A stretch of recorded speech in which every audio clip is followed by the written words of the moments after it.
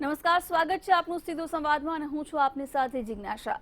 જેની આતુરતાપૂર્વક રાહ જોવાઈ રહી હતી તે રાફેલ ફાઇટર જેટ આખરે ભારત પહોંચી જ ગયા। ભારતની જમીન પર રાફેલનું ઉતરવું સૈન્ય ઇતિહાસમાં એક નવા યુગની શરૂઆત છે। આજે એવું ફાઇટર ભારતને મળ્યું છે જે પોતે જ એક શક્તિ છે, જે દુશ્મનના ટાર્ગેટને સિલેક્ટ કરીને તેને નષ્ટ કરી શકે છે।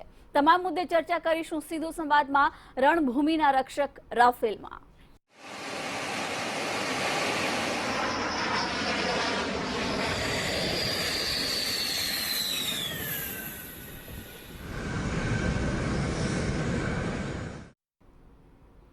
તો ભારતની સૈન્ય શક્તિમાં વધારો થયો છે। 5 રાફેલ આજે ભારતની ધરતી પર આગમન કરી ચૂક્યા છે અને આખરે આતુરતાનો પણ અંત આવ્યો છે। રક્ષાસ્ત્ર રાફેલ ભારત પહોંચી ચૂક્યા છે। બપોરે 3:15 કલાકે અંબાલા એરબેઝ પર આ 5 રાફેલનું સ્મૂથ લેન્ડિંગ થયું અને અંબાલાનું આકાશ જાણે રાફેલ ગર્જનાથી આજે ગુંજી ઉઠ્યું। એક પછી એક એર સ્ટ્રીપ પર સફળ ઉતરાણ કરવામાં આવ્યું। તો આ તરફ સંસ્કૃતના શ્લોક સાથે વડાપ્રધાન મોદીએ પણ રાફેલનું સ્વાગત કર્યું છે અને કહ્યું છે કે રાષ્ટ્ર રક્ષા સમાન કોઈ યજ્ઞ નથી, રાફેલનું સ્વાગત છે। એરબેઝ પર 5 રાફેલ ગર્જના કરતા ઉતર્યા। ભારતમાં નવા યુદ્ધ વિમાન આવવાની ખુશી જોવા મળી। આજે દરેક ભારતીયની છાતી ગજગજ ફૂલી રહી છે કારણ કે આજે સૈન્ય શક્તિમાં થયો છે વધારો।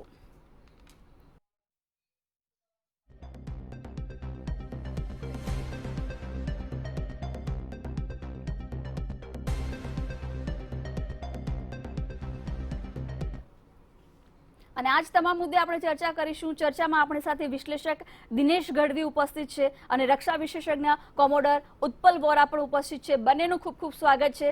સૌથી પહેલા ઉત્પલજી, રાફેલનું ભારતની ધરતી પર આગમન થયું છે, સૈન્ય શક્તિમાં જબરજસ્ત વધારો થયો છે, શું કહેશો? તમારી વાત બિલકુલ સાચી છે કે આજે જે તમે કહ્યું એ પ્રમાણે ઇન્ટ્રોડક્ટરી ટોકની અંદર કે ભારતીય વાયુસેના માટે અને ભારત દેશ માટે એક નવા યુગનો શરૂઆત થઈ છે। આ બિલકુલ સાચી વાત છે કારણ કે ઓલમોસ્ટ 2002 પછી કે જ્યારે સુખોઈ માર્ક 30 આવ્યા હતા અને there was A quantum jump આપણી એર વોરફેર ટેકનોલોજીની અંદર, એ પછી આજે 2020ની અંદર આ જાતનું 5th generation aircraft almost, though there is a very marginal difference છે 4.5 or 5th જનરેશનની વચ્ચે, અને માટે જે એનાલિસ્ટ છે એ 4.5 જનરેશન કહે છે, જ્યારે if we say કે loosely even if it's 5th generation aircraft, I think will not be wrong.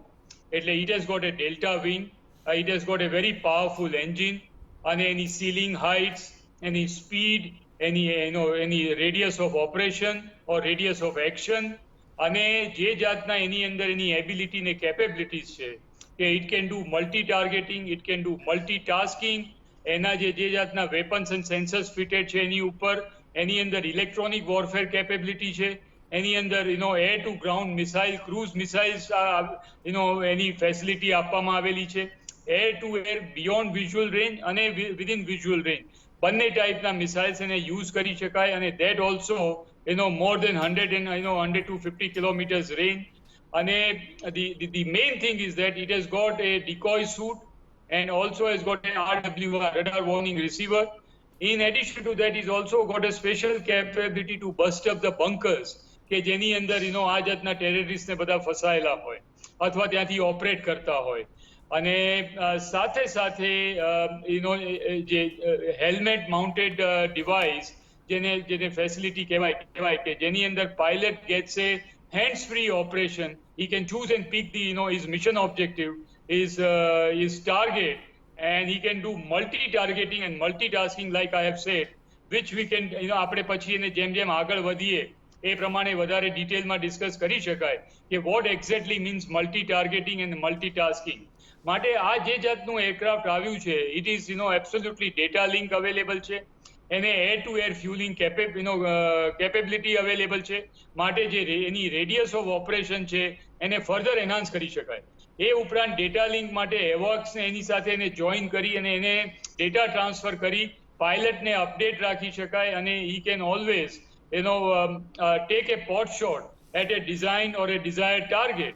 એટલે આ જે જાતની જે ક્વોન્ટમ જમ્પ ઇન ટેકનોલોજી ને એર વોરફેર આપણને મળી છે, એનાથી જે એરફોર્સની કેપેબિલિટી તો ડેફિનેટલી વધશે, પણ એની સાથે સાથે it will also be in due course of time, જ્યારે એરફોર્સ એને it will start doing operationalising the capability of the aircraft અને એરક્રાફ્ટની સ્કોડન,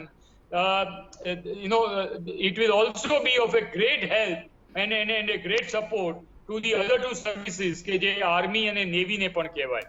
માટે land support operations, air to air operations, counter air operations, air interdictions, air to ground interdictions, land support to the tank warfare and also maritime warfare in the Indian Ocean region, આ બધી જ capability આ aircraft પાસે છે. And therefore it is now up to the military leadership. When I say military means of course it be the air authorities and along with that navy અને army support માં કેવી રીતે utilise થાય છે. So if I tell you, જે આખા દિવસ માટે જે વર્ડ યુઝ થયો છે કે it is going to be a game changer, તો એની અંદર કોઈ જાતના એમાં બે મત નહીં રહે. બિલકુલ. અને આ જાતની ટેકનોલોજી જ્યારે ઇન્ડિયન પાયલટ્સ પાસે આવે કે those who are dedicated, those who are motivated, those who have state of the art training, they are well trained, અને આ જાતના પાયલટ્સ પાસે આ જાતની ટેકનોલોજી આવવાથી it makes a great difference in the quality of the air warfare and a threat you can pose to adversaries like Pakistan, China and the Indian Ocean region, our the immediate neighbors. So of course we are not a warmongering nation, but we are not going to we are not going to threaten in a big brotherly treatment. But definitely if one or two or both adversaries, if they try to act smart with us with this kind of technology and with this kind of capability, maybe not immediately તરત જ 5 aircraft થી it may not make a difference, but 2021-2022 સુધીમાં જ્યારે in batches જ્યારે પૂરેપૂરા 36 aircraft આપણી પાસે આવી જાય અને જ્યારે આપણે રફલી એવું કહીએ કે 12 એરક્રાફ્ટ makes a squadron, તો જ્યારે 3 સ્ક્વોડ્રન આ જાતના એરક્રાફ્ટની તૈયાર થઈ જાય ત્યારે it is going to be India will emerge as a great regional power or a great regional military power. એમાં મને કોઈ બે મત નથી. બિલકુલ. દિનેશભાઈ પાસે જઈએ. દિનેશભાઈ, શું કહેશો? રાફેલ એક પોતે શક્તિ છે અને રાફેલનું સૈન્ય શક્તિમાં સામેલ થવું આજે દરેક ભારતીય ગર્વની લાગણી અનુભવી રહ્યો છે. દરેક ભારતીયોને ગૌરવ થાય એવી વાત 100% છે, કારણ કે ભારત એ આજુબાજુની ખૂબ દુશ્મન દેશોની સરહદથી ઘેરાયેલો દેશ છે. આપણી આજુબાજુ મોટા ભાગના બધા દુશ્મનો જ છે.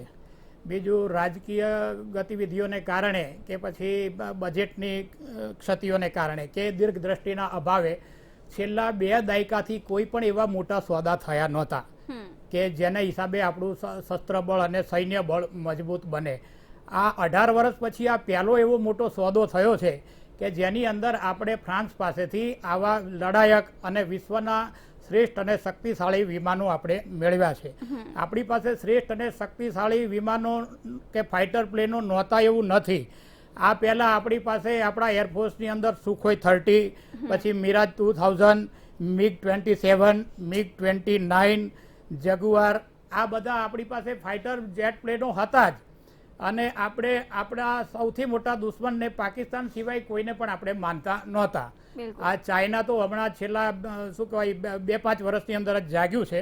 જો કે જે તે સમયે સંરક્ષણ મંત્રી હતા આપણા જ્યોર્જ ફર્નાન્ડીસ, એમણે જે તે સમયે પોતે ડિફેન્સ મિનિસ્ટર હતા ત્યારે સ્પષ્ટ કીધેલું કે આપણે ખોટો પાકિસ્તાનના નામનો હાવ ઊભો કરી દેશમાં અને દેશની પ્રજાને ભડકાવીએ છીએ અને આપણી રાજકીય રોટી શેકીએ છીએ. ખરેખર આપણો સાચો દુશ્મન ચાઇના છે, એટલે ચાઇનાની બોર્ડર ઉપર આપણે મેક્સિમમ એલર્ટ રહેવાની જરૂર છે અને ચાઇના સામે કઈ રીતે લડવું અથવા તો તેને કેવી રીતના પહોંચી વળવું અને તેના જે મિસાઇલ્સ અથવા તો તેની જે આખી જે શક્તિ છે એની સામે કેવી રીતના લડવું એના વિશે વિચાર કરવાની જરૂર છે. પાકિસ્તાન તો આપણું બગલ બચ્ચું છે, એ ક્યારેય આપણી સામે લડી શકે એમ નથી. આવું જ્યોર્જ ફર્નાન્ડીસે જાહેરમાં કીધેલું, પણ જે તે સમયે તેમને અવગણવામાં આવેલા. આજે જ્યોર્જ ફર્નાન્ડીસ તો દિવંગત થઈ ગયા છે, પણ એમની વાત 100% સાચી પડતી દેખાય છે.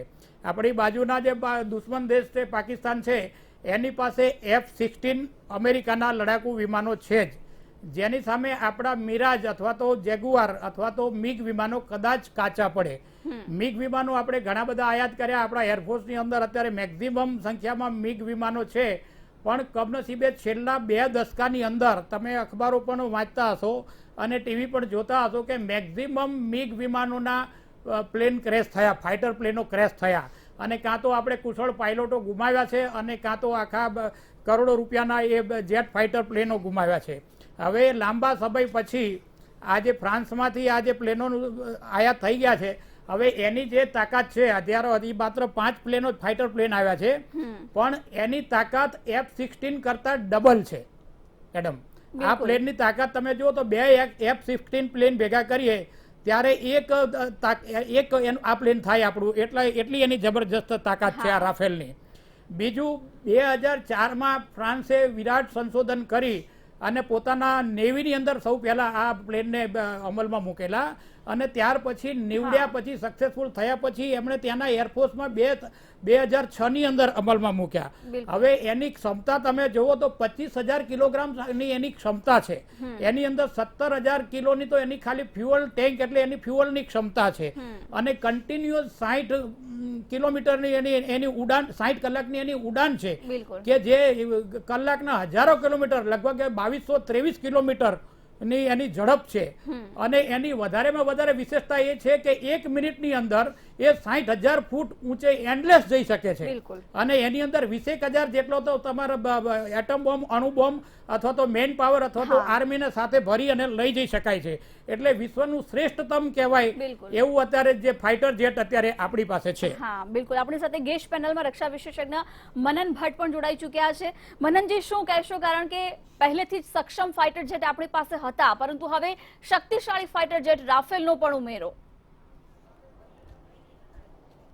ચોક્કસપણે બેન, જ્યારે રાફેલ ભારતની અંદર આવ્યું છે, જ્યારે ભારતીય વાયુસેનાની અંદર 5 રાફેલ એડ થયા છે, ત્યારે ચોક્કસપણે આજે આપણે માટે બહુ ગર્વનો દિવસ કહી શકાય.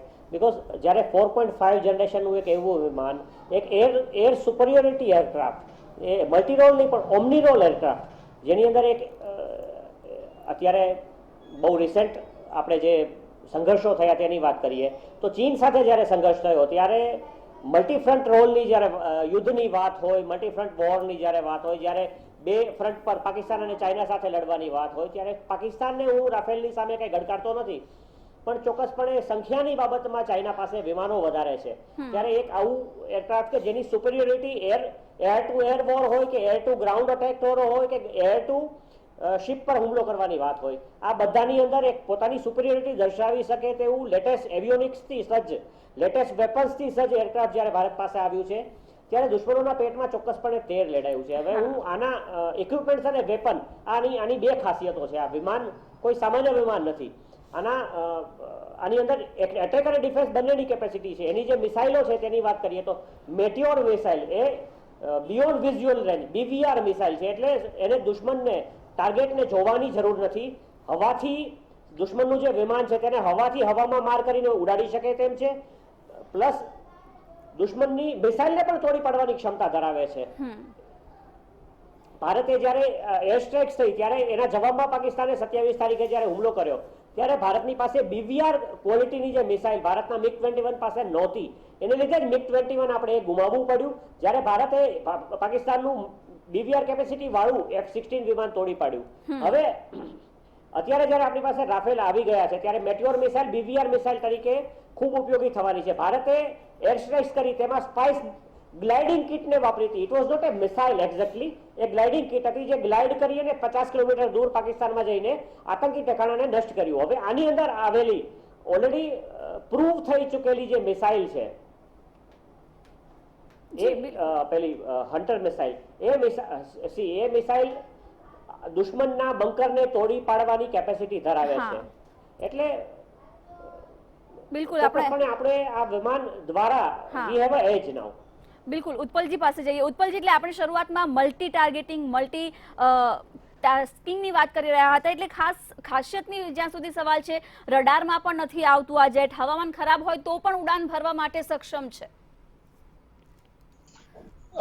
બિલકુલ છે, કારણ કે જેને સ્ટેલ્થ ફીચર્સ કહેવામાં આવે એની અંદર આ એરક્રાફ્ટ છે એ one of the prime aircraft ગણાય છે.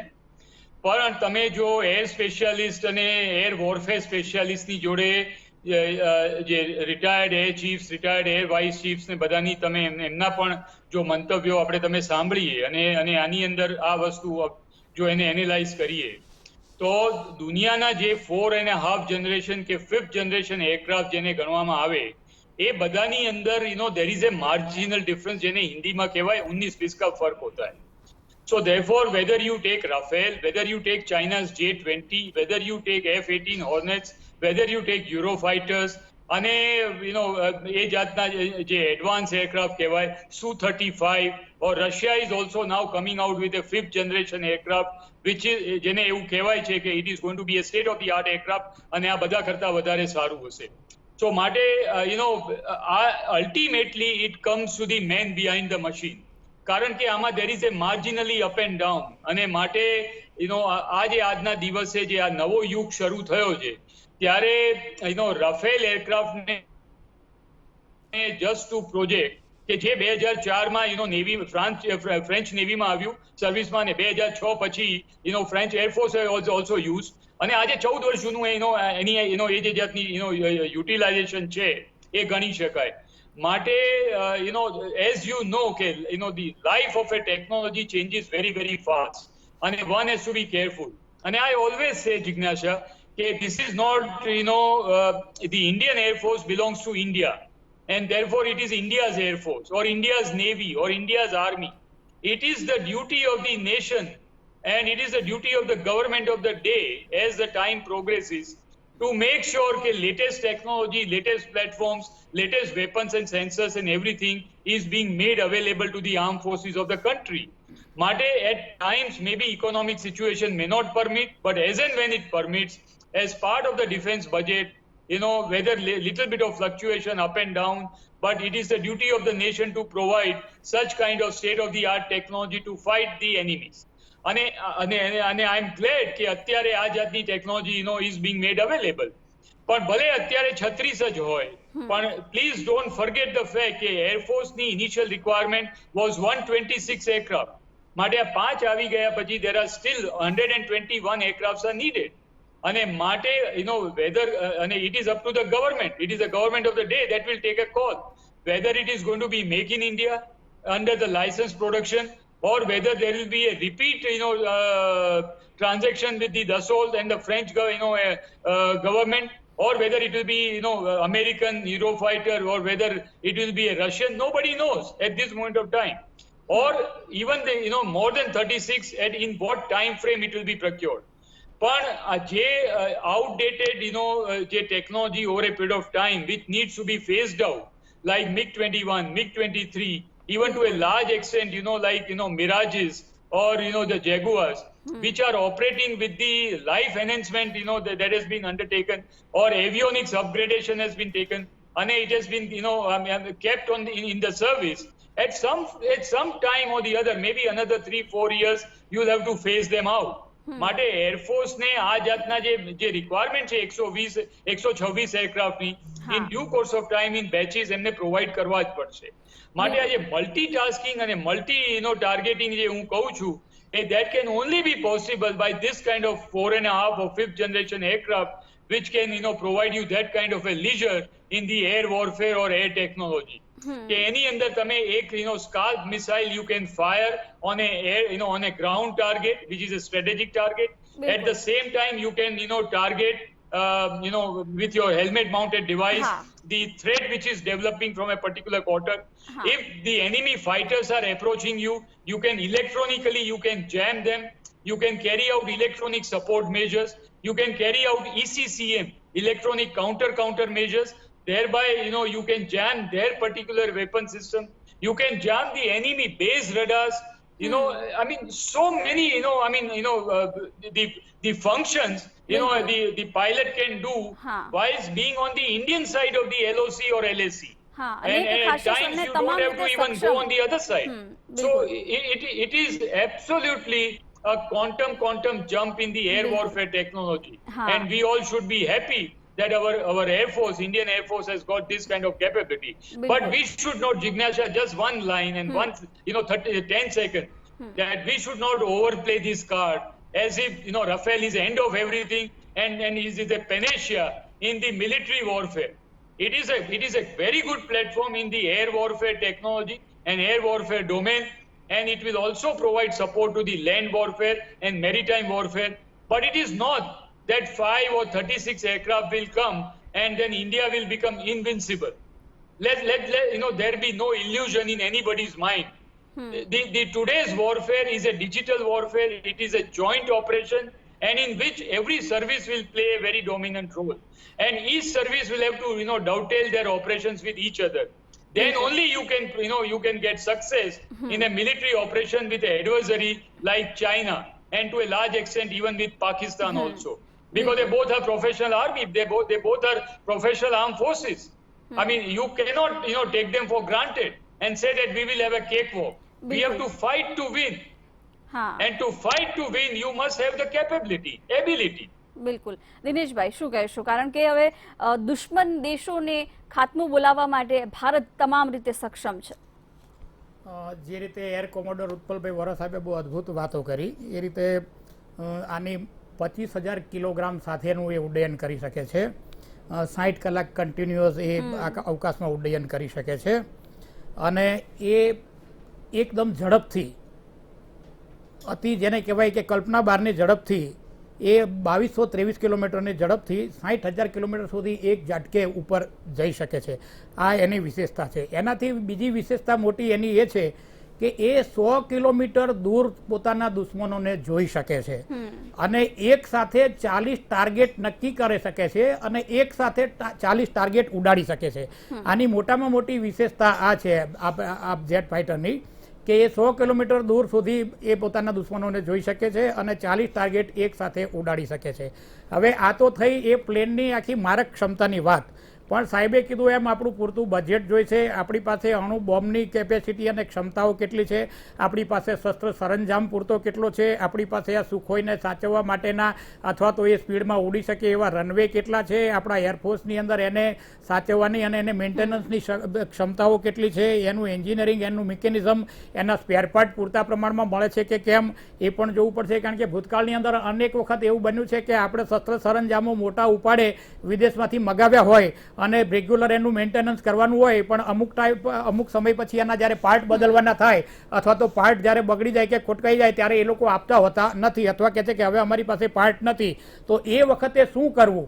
એટલે અત્યારે આપણા મોદી સાહેબ જે આત્મનિર્ભર બનવાની જે આપણી યોજનાઓ છે કે આપણે આત્મનિર્ભર બનવું જોઈએ, પણ આપણી કમનસીબી અત્યારે એ છે કે આખા વિશ્વની અંદર શસ્ત્રોની આયાત કરતો આપણે વિશ્વનો સૌથી મોટો બીજા નંબરનો દેશ છીએ. તમને નવાઈ લાગશે કે વિશ્વમાં શસ્ત્રોની સૌથી વધુ આયાત કરતો દેશ છે સાઉદી અરેબિયા. ટચુકડો દેશ છે, પણ એની મારક ક્ષમતા અને એની ફાઇટરની ક્ષમતાઓ અને એના શું કહેવાય એરફોર્સ સ્ટેશનો ને એ બધું એટલું બધું અત્યાધુનિક છે કે આપણી કલ્પના બહારનું છે. આપણે વિશ્વના બીજા સૌથી મોટા આયાતકાર દેશ છીએ, પણ હવે એની સામે આપણું શસ્ત્ર સરંજામ એ પૂરતા પ્રમાણમાં છે કે કેમ, બીજું એ લાયક છે કે કેમ? કારણ કે આપણા દેશમાં સૌથી મોટું જો ભ્રષ્ટાચારનો વ્યાપ હોય તો એ આ શસ્ત્રોની ખરીદી અને વેચાણમાં થાય છે. જ્યારે પણ મોટામાં મોટી શસ્ત્રોની ખરીદી વેચાણની ડીલ થાય છે આવી, ત્યારે એની અંદર ભ્રષ્ટાચારની ગંધ આવે છે, ભ્રષ્ટાચારના આક્ષેપો પણ આવે છે. જ્યારે ભૂતકાળમાં કોંગ્રેસ સરકાર સત્તા ઉપર હતી ત્યારે રાજીવ ગાંધી હતા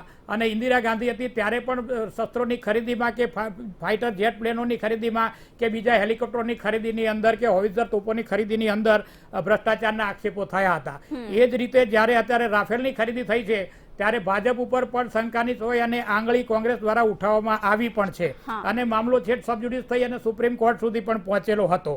એટલે આ વાદ વિવાદ કરવાનો અત્યારે સમય નથી, પણ આ બધા પરિબળો પણ ક્યાંય અવગણી શકાય નહીં. પોલિટિકલી જોઈએ માત્ર ખાલી બદનામ કરવા કરાતું હોય એ વસ્તુ અલગ છે, પણ તમે ડીપમાં જુઓ તો એની અંદર ખરેખર કંઈક ને કંઈક તથ્યો હોય છે. એટલે આવું ન બને એ પણ આપણે ખાસ જોવું જોઈએ. બીજું, આપણે એમ માનીએ છીએ કે આપણે હવે વિશ્વમાં શ્રેષ્ઠ એરફોર્સ બની ગયા અથવા તો હવે આપણને કોઈ પહોંચી નહીં શકે, એ પણ મારી દ્રષ્ટિએ થોડુંક આપણે હજી મનોમંથન કરવું જરૂરી છે. કારણ કે ચીન પાસે જે J-20 લડાયક વિમાનો છે, જે ફાઇટર વિમાનો છે કે જેની મારક ક્ષમતા બહુ અત્યંત અદ્ભુત છે અને એ સુપરસોનિક ઝડપે ઉડી શકે છે. સુપરસોનિક એટલે અવાજ કરતાં પણ વધારે ઝડપે એ J-20 ચાઇનાના વિમાનો છે એ ઉડી શકે છે. અને એ 360 ડિગ્રીનું એટલે કે સંપૂર્ણ આખું દરેક કોઈ પણ દિશાની અંદરનું એ કવરેજ લઈ શકે છે. રાફેલની અંદર હજી આ કવરેજ કદાચ નથી. જોકે ઇઝરાયેલે આપણને હૈયાધારણા આપી છે કે આ કવરેજ એની અંદર આવી જશે અને અમે તમને આ ટેકનોલોજી ડેવલપ કરી પણ આપીશું, પણ એ હજી માત્ર વાતો છે. આશા રાખીએ કે ઝડપી વહેલી તકે આ બધું શક્ય બને. એ સિવાય આની અંદર એર ટુ એર ફ્યુઅલ ભરવાની પણ વ્યવસ્થા છે કે અવકાશની અંદર જ તમે વ્યવસ્થા કરી શકો છો. એ એની બહુ મોટી ખાસ વિશેષતા છે. બિલકુલ. હા, એટલે આપણે છેલ્લે હવે મનનભાઈને પણ થોડી વાર સાંભળી લઈએ. મનનભાઈ, ખૂબ ટૂંકમાં જણાવશો, 36 ફાઇટર જેટ રાફેલ આપણી પાસે આવશે ત્યારે આપણે કેટલા સક્ષમ અન્ય દેશોની સરખામણીમાં?